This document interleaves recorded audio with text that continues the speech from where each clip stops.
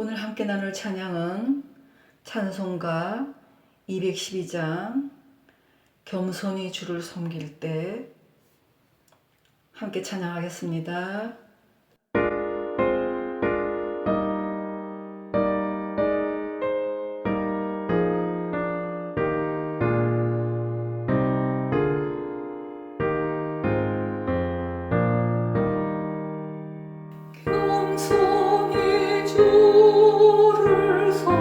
겸손히 주를 섬길 때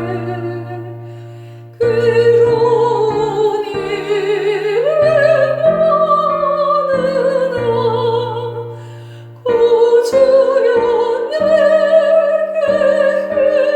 힘 주사 살 감당하게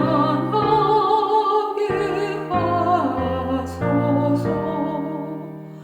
인자한 나를 가지고 사랑을 강화시키며 갈 길을 잃은 우리를 잘 인도하게 하소서. 구주의 귀한 인내를 깨달아 알게 하시고 굳건한 믿음 주셔서 늘 승리하게 하소서. 장래의 영광 비추사 소망이 되게 하시며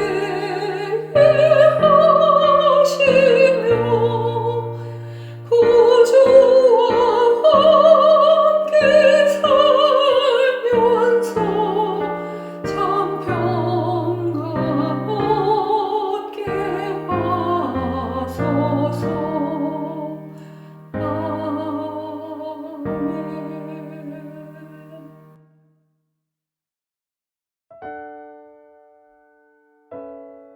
하나님 감사합니다. 겸손히 주를 섬길 때 괴로운 일 많으나 주님의 힘을 받고서 잘 감당하게 하여 주시기를 원합니다. 또한 그렇게 인도하시는 주님을 찬송합니다. 장래의 영광을 비추사 소망되게 하시며 우리 구주와 날마다 함께 살면서 참 평강 얻게 하여 주시니 감사합니다. 또한 더욱더 그러하기를 원합니다. 주님을 만난 사람들만이 아는 그 평강의 경험들을 우리가 날마다 하기를 원합니다. 주님 인격적으로 또 우리를 날마다 만나주시며 격려하여 주시며 칭찬하여 주시며 또 하나님 부족한 것들은 우리에게 주님께서 지도하시고 선하게 이끄시기를 원합니다.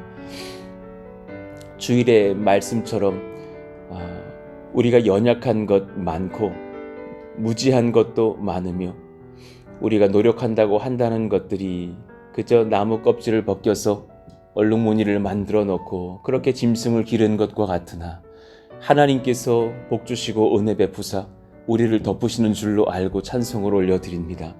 주님 앞에 그 지혜와 은혜가 내게 임하고 있다는 그 사실을 의지하며 믿으며 무너지는 마음도 아니게 하여 주시고 교만한 마음도 아니게 하여 주시기를 원합니다. 하나님께서 분명하게 우리의 믿음 가운데 권면하시고 말씀하사 지도하시고 깨닫게 하시며 성령의 능을 얻게 하시는 놀라운 일상을 날마다 경험하는 우리 포렌수동산 교회 성도들 다 되게 하여 주시옵소서. 오늘 우리가 말씀을 들을 때에 하나님 지도하시고 인도하사 하나님의 능력을 경험하는 복된 또 새벽이 되게 하여 주옵소서. 예수님의 이름으로 감사하며 기도하옵나이다. 아멘. 우리 같이 암송하실 말씀 마태복음 6장 6절의 말씀입니다. 같이 읽고 암송하시죠. 너는 기도할 때에 내 골방에 들어가 문을 닫고 은밀한 중에 계신 내 아버지께 기도하라. 은밀한 중에 보시는 내 아버지께서 갚으시리라. 마태복음 6장 6절 말씀. 아멘. 오늘 우리에게 주시는 주님 말씀은 누가복음 20장 9절에서 19절까지의 말씀입니다. 누가복음 20장 9절에서 19절까지의 말씀. 우리 같이 한 절씩 교독하겠습니다. 그가 또 이 비유로 백성에게 말씀하시기 시작하시니라. 한 사람이 포도원을 만들어 농부들에게 새로 주고 타국에 가서 오래 있다가 때가 이름에 포도원 소출 얼마를 바치게 하려고 한 종을 농부들에게 보내니 농부들이 종을 몹시 때리고 거저 보내었거늘 다시 다른 종을 보내니 그도 몹시 때리고 능욕하고 거저 보내었거늘 다시 세 번째 종을 보내니 이 종도 상하게 하고 내쫓은지라. 포도원 주인이 이르되 어찌할까 내 사랑하는 아들을 보내리니 그들이 혹 그는 존대하리라 하였더니 농부들이 그를 보고 서로 의논하여 이르되 이는 상속자니 죽이고 그 유산을 우리의 것으로 만들자 하고 포도원 밖에 내쫓아 죽였느니라. 그런즉 포도원 주인이 이 사람들을 어떻게 하겠느냐?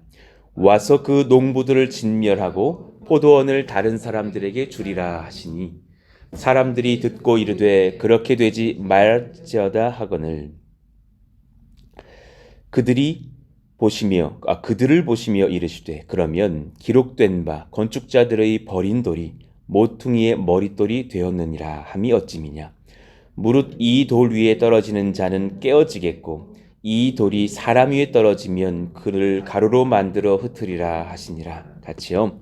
서기관들과 대제사장들이 예수의 이 비유는 자기들을 가리켜 말씀하신 줄을 알고 즉시 잡고자 하되 백성을 두려워하더라. 아멘. 오늘 말씀 주인의 아들, 그리고 청지기. 제 본분을 분명히 합시다 라는 제목으로 말씀을 전하겠습니다. 우리에게 주인이 계시고 또 주인의 아들이 계시고 그리고 청지기가 된 우리가 있습니다. 우리가 어느 포지션에 있는지 분명히 할 지혜와 분별력이 필요하죠. 어제는 우리가 선한 청지기의 그 권위가 어디서 오는지를 배웠어요. 그 권위가 하나님께서 주신 은사에서 온다. 그리고 그 은사는 하나님과 이웃을 향한 사랑에서 온다. 정말 맞아요. 참 많은 공감과 은혜를 또 느끼고 있어요. 그리고 그 사랑은 하나님을 아는 지식에서 온다. 하나님 이 선순환이 우리 가운데 날마다 일어나게 하여 주십시오. 주님을 더욱더 깊이 알고 그 안에서 내가 주와 이웃을 사랑하며 그 사랑 안에서 우리의 주신 직분 잘 감당하는 은사가 길려 올려지길 원합니다. 그리고 오늘은 그 권위를 어떻게 지켜갈 것인가. 그 청지기의 권위는 우리의 본분을 잘 알고 지켜갈 때에 이어지죠. 우리가 누구인지를 잊지 않아야 되는가요? 그가 또 이 비유로 백성에게 말씀하시기 시작하시니라. 한 사람이 포도원을 만들어 농부들에게 새로 주고 타국에 가서 오래 있다가. 그러니 농부들이 포도원의 주인이 아니라는 거예요. 한 사람이 포도원을 만들었다. 그분이 주인이죠.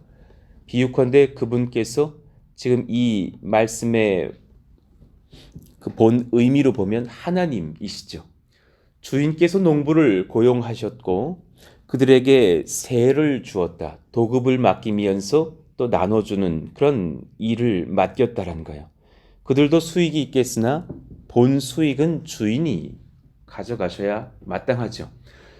본인들도 이익이 있을 것이나 그 땅과 그 땅에서 난 이익의 본분은 주인이 가져가야 합니다. 그를 위해서 이들이 일한 것이 그들의 본분이죠. 하나님께서 천지를 창조하신 목적과 사람들을 하나님의 형상으로 두신 이유가 꼭 이와 같습니다. 우리가 이 땅의 주인이 아니고 하나님의 형상이라고 특별히 말씀하신 이유는 우리가 그분의 종이 되기 때문입니다. 그건 오해를 우리가 많이 하지만 천지 창조의 목적, 하나님이 너를 위해 이 땅 창조하셨어. 아니요, 틀린 말이에요. 그런 적 없으세요. 본질적으로 우리 때문이 아니셔요. 이 땅을 창조하신 이유는 하나님 자신 때문이셔요. 하나님의 영광을 드러내시려고 천지를 만드셨지 우리가 우주의 중심에 있다? 아니에요. 우주의 중심에 하나님 계셔요. 이사야 43장 21절, 이 백성은 내가 나를 위하여 지었나니, 우리가 아닙니다. 주님을 위하여서 지었나니 나를 찬송하게 하려 함이니라. 우리의 본분의 끝은 궁극적으로 예배에 있다라는 것을 말씀하셔요. 그러니 사람이 왜 그러면 하나님의 형상이라고 불리는가? 하나님의 형상이라고 창조된 최고의 피조물인 이유는, 그것은 사람만이 온 우주를 하나님 말씀으로 다스릴 수 있어서요. 사람만이 하나님의 영광이 드러나는 땅으로 경작할 수 있어서예요. 이를 위해서 우리가 창조된 것이다. 그러니 창세기 1장 27절 28절의 말씀처럼 세상을 정복하라, 땅에 충만하고 번성해라, 바다의 물고기, 하늘의 새와 땅에 움직이는 모든 생물을 다스리라 하신 것은 다 막 잡아서 그냥 죽이고 이런 어떤 파괴적인 의미의 정복이 아니라 하나님의 영광이 드러나는 사랑의 땅, 의의 땅, 예배의 땅, 정의의 땅, 그러니 결과적으로는 하나님의 땅으로 세워가라라는 그런 통치의 양도의 말씀인 거예요. 그것이 곧 나의 기쁨이 될 것이다. 그러니 우리가 늘 이 본질의 회복을 놓고 기도해야 돼. 주 안에서 하나님, 저희의 자녀들이, 우리의 후대들이, 우리 교회가 겸손과 지혜와 자부심으로 조화를 이룬 거룩한 세대가 일어나게 하여 주옵소서. 그러니까 하나님의 형상인 우리가 늘 막 이렇게 우울함으로 살아가는 걸 이해할 수 있겠어요? 늘 열등감으로 아우 나는 이렇게밖에 못하나, 그럴 마음이 올바르지 않아요. 그러면서도 교만치도 않거든요. 아유 내가 뭐 하나님이 뭐 필요해, 내가 하나님 할래. 그것도 아닌 거예요. 겸손과 지혜와 주 안에서의 자부심이 잘 조화된 거룩한 세대가 되게 하여 주십시오. 하나님의 형상이라고 하는 것은 근본적으로 하나님 영광을 드러내요. 그리고 이 땅을 그렇게 회복시켜갈 하나님의 청지기인 것을 전제합니다. 그 회복자로서의 최고의 모델로 오신 분이 바로 예수님이시죠. 그분 또한 하나님의 형상이라 그러셨거든요. 궁극적인 진정한 하나님의 형상은 예수님이시죠. 고린도후서 4장 4절에서 5절 우리 같이 읽어봐요. 그 중에 이 세상의 신이 믿지 아니하는 자들의 마음을 혼미하게 하여 그리스도의 영광의 복음의 광채가 비치지 못하게 함이니 그리스도는 하나님의 형상이니라. 세상 사람들에게서 하나님의 형상의 빛이 드러나지를 못할 때에 진짜 하나님 형상 빛을 보이신 분이 계시니 그리스도 예수님이시라고. 5절도 같이 봐봐요. 우리는 우리를 전파하는 것이 아니라 오직 그리스도 예수의 주 되신 것과 또 예수를 위하여 우리가 너희의 종된 것을 전파함이라. 먼저 예수님께서 우리를 위하여 하나님의 종으로 오사 이 땅에 모든 죄를 담당하시려고 죽고 부활하신 것처럼 이제 우리가 주님을 닮아서 그렇게 그리스도의 종 되어서 복음을 전파하는 것이 아니냐. 자, 이 땅의 어려움, 우리 교회가 시험 드는 이유는 그러니 그 다음 문장인 거예요. 하나님 형상인 청지기인 사람이 그 주인 버리고 주인 행세를 할 때부터예요. 이를 아주 단순하게 말하면 죄라 하죠. 죄의 정의는 주인의 행세를 하는 종의 모습을 보는 것이에요. 하나님을 반역하는 죄악의 역사가 안타깝게도 하나님 형상인 사람들의 반역에서부터 일어났죠. 다시 오늘 본문으로 돌아보면 이제 이해가 잘 되실 거예요.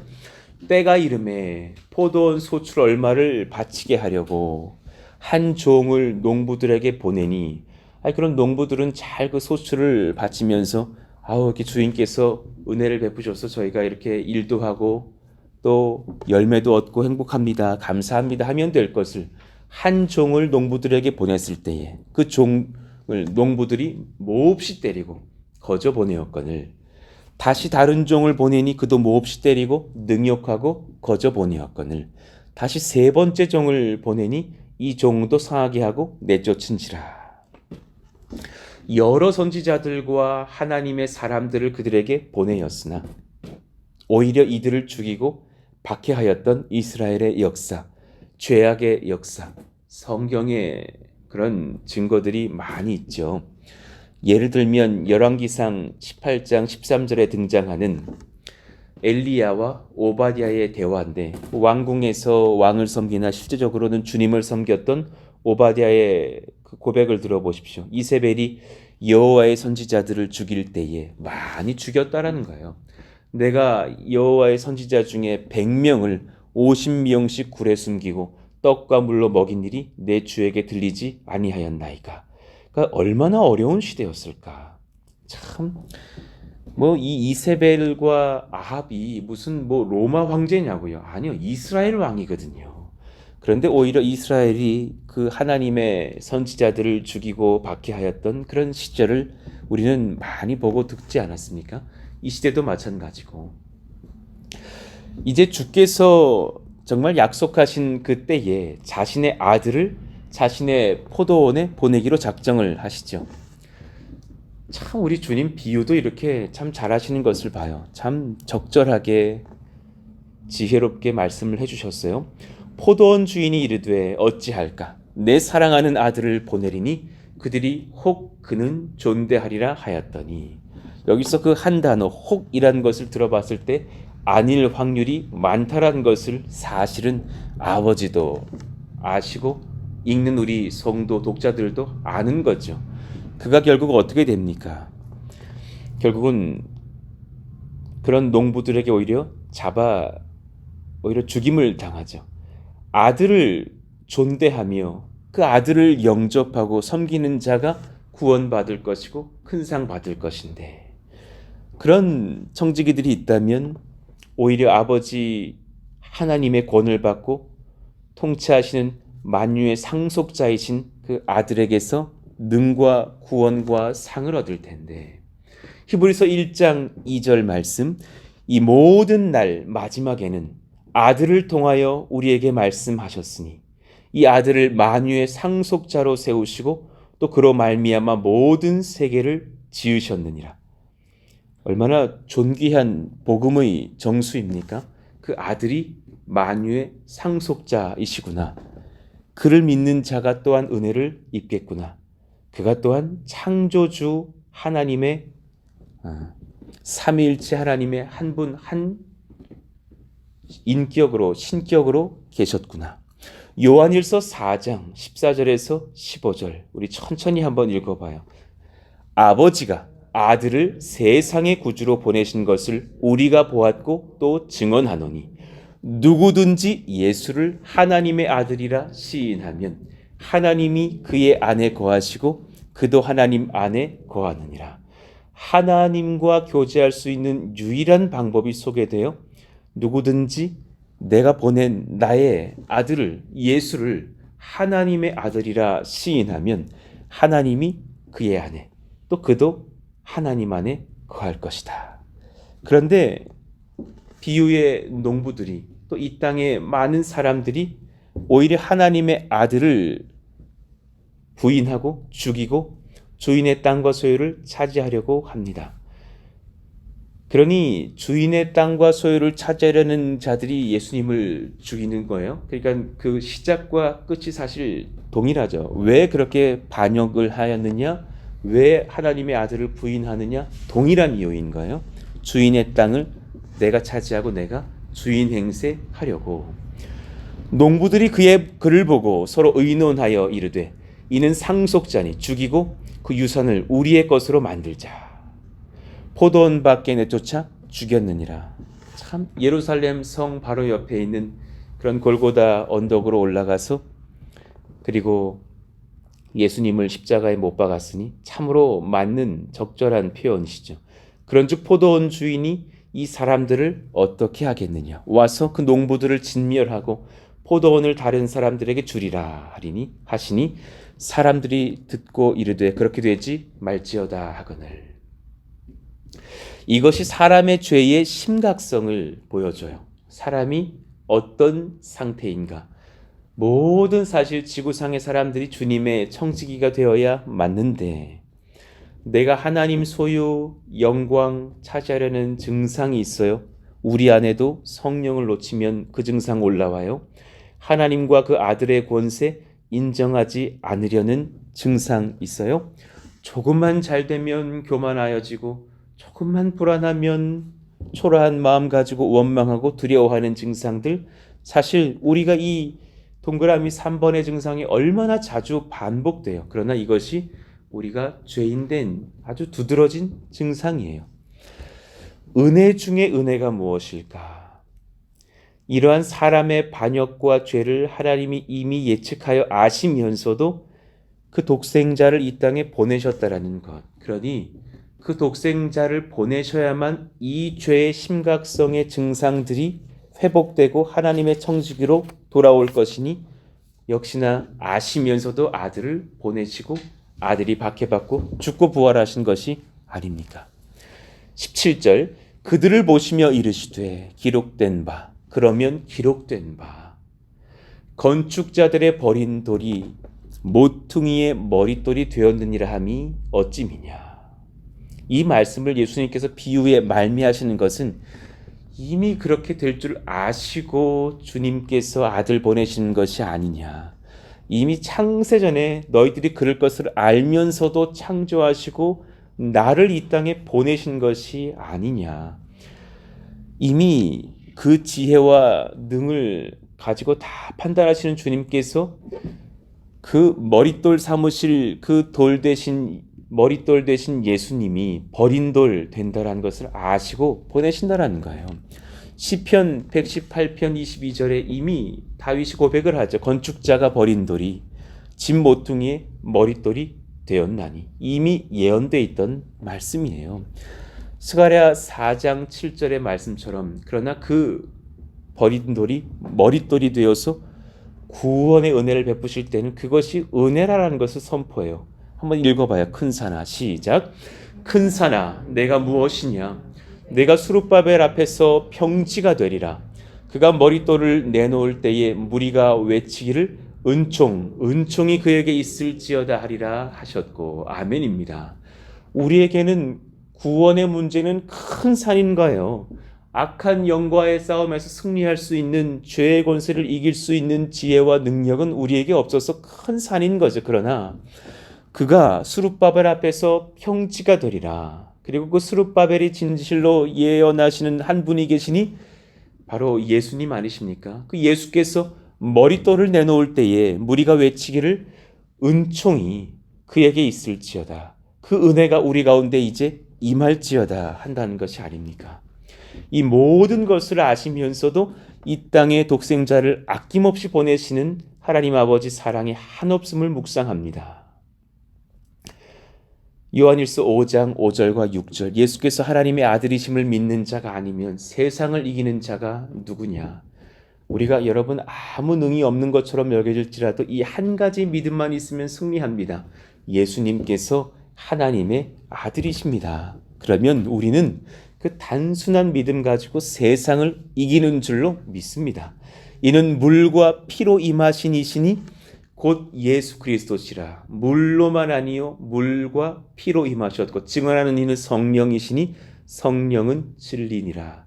왜 피를 강조하시는 거예요? 예, 보혈의 능력이기도 하지만 그 피 흘리심이 왜 있었는데요? 우리의 죄 때문에, 우리의 박해 때문에, 우리의 예수를 업신여기는 교만 때문에 우리가 주를 십자가에 달아 못 박았으니까 그 피 흘리심이 일어난 것이고 그 피로 말미암아 우리가 구원받으니 우리의 모든 죄도 아시고 우리의 구원의 권세가 예수의 보혈에도 있는 것을 아시는 주님께서 유일하신 한 방법으로 아들을 잡으시는 것이 아닙니까? 이제 또한 주님께서 죽고 부활하신 이후에 심판주의 권세, 재림주의 권세를 가지셨습니다. 건축자의 버린 돌, 그리고 그 모퉁이의 머릿돌 대신 주님께서 심판주로 오실 것입니다. 18절 19절이요. 무릇 이 돌 위에 떨어지는 자는 깨어지겠고 그 머릿돌을 품에 안아야지 그 돌과 대항하는 자는 곧 떨어져서 깨어질 것이고 이 돌이 사람 위에 떨어지면 그를 가루로 만들어 흩으리라 하시니라. 그러니 예수를 박해한다고 해서 박해를 받으시는 분도 아니시고 또한 박해를 하는 자가 곧 엄청난 심판대 위에 올라갈 것이고 또한 마지막 주님의 재림날에 그들이 정말 가루와 같이 흩어져서 심판을 면하지 못할 것이에요. 19절 서기관들과 대제사장들이 예수의 이 비유는 자기들을 가리켜 말씀하신 줄 알고 즉시 잡고자 하되 백성을 두려워하더라. 굉장히 아이러니한 표현이죠. 백성을 두려워한다는 것은 자신의 안위를 두려워한다는 얘기예요. 그럼 자신의 안위의 최종 권세자이고 심판자이신 예수님을 두려워해야 되는 것 아닙니까? 근데 그를 두려워하지 않는 모순의 마음, 이것이 죄인의 본성입니다. 그의 심경이 참 불안하고 두렵습니다.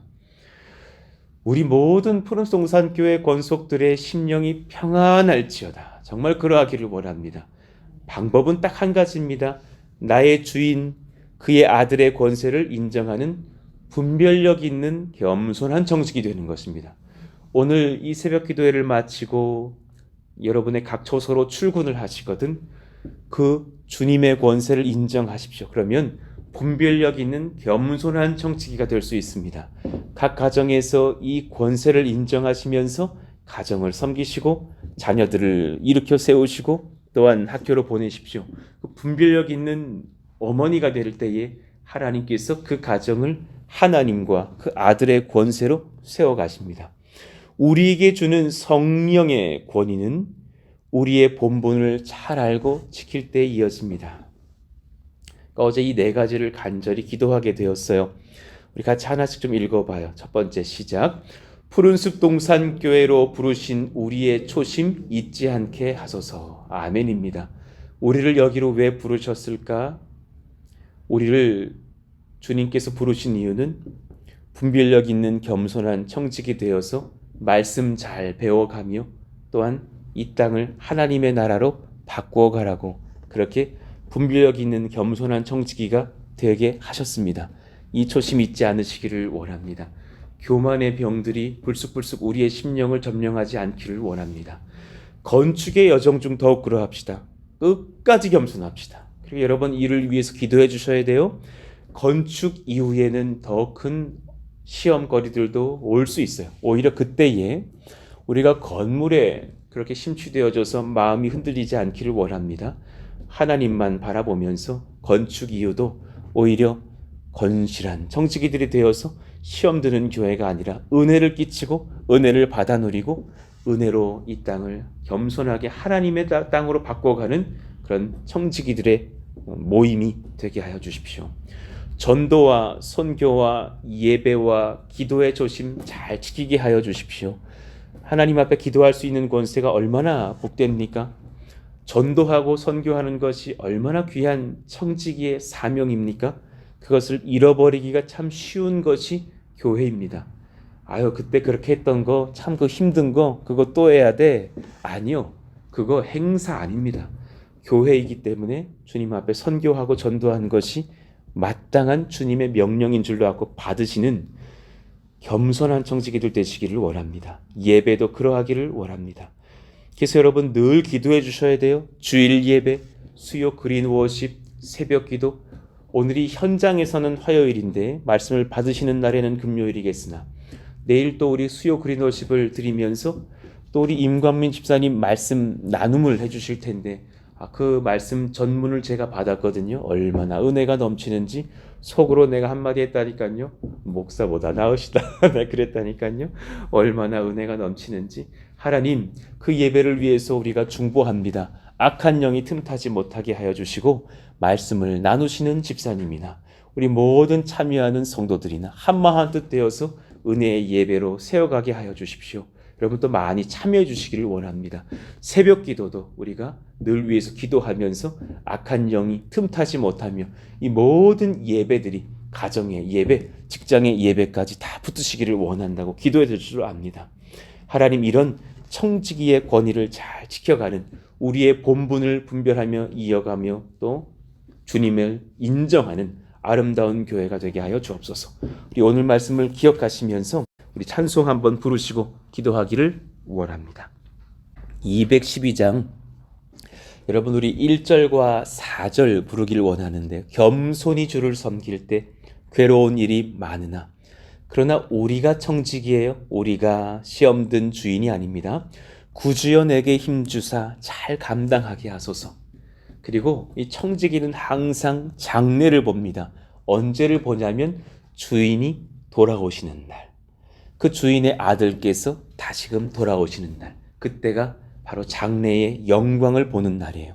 장래의 영광 비추사 소망이 되게 하시며 구주와 함께 살면서 참 평강 얻게 하소서. 하나님 이런 주의 청지기들 되기를 원합니다. 우리 찬송하고 기도하시죠. 겸손히 주를 섬길 때 괴로운 일 많으나 구주여 내게 힘주사 잘 감당하게 하소서. 장래의 영광 비추사 소망이 되게 하시며 구주와 함께 살면서 참 평강 얻게 하소서. 아멘. 하나님 오늘 이 말씀처럼 이 찬송의 고백처럼 그렇게 주님 잘 따르는 본분을 분별하여 아는 청지기들 되게 하여 주시고 우리를 위시하는 것이 아니라 우리 예수님 세워가며 주님 잘 따라가게 하여 주옵소서. 오늘 말씀을 붙잡고 또 교회의 건축 그렇게 주님께서 이끌어 가시기를 원한다고 간구하시면서 우리 주여 부르짖고 기도합니다. 주여! 하나님 감사합니다. 하나님께서 우리 모든 성도님들의 심령들을 붙드시기를 원합니다. 우리가 주인이 아니고 청지기입니다. 우리가 종이 되며 우리 주인께서 또한 우리를 붙드십니다. 우리가 주인과 그 주인의 아들을 사모합니다. 하나님과 그의 아들 우리 주 예수 그리스도를 기뻐하며 의지하며 즐거워합니다. 하나님, 우리 주님 잘 섬기는 청지기들 되게 하여 주시고 예배의 본분, 또 선교와 전도의 본분, 또 각 가정을 또 이웃들을 잘 섬기는 본분, 기도의 본분들을 잘 지켜가는 저희들 되게 하여 주시고 무엇보다도 주님의 능과 은혜를 힘입어서 그렇게 겸손히 섬기는 하나님의 일꾼들 다 되게 하여 주시기를 원합니다.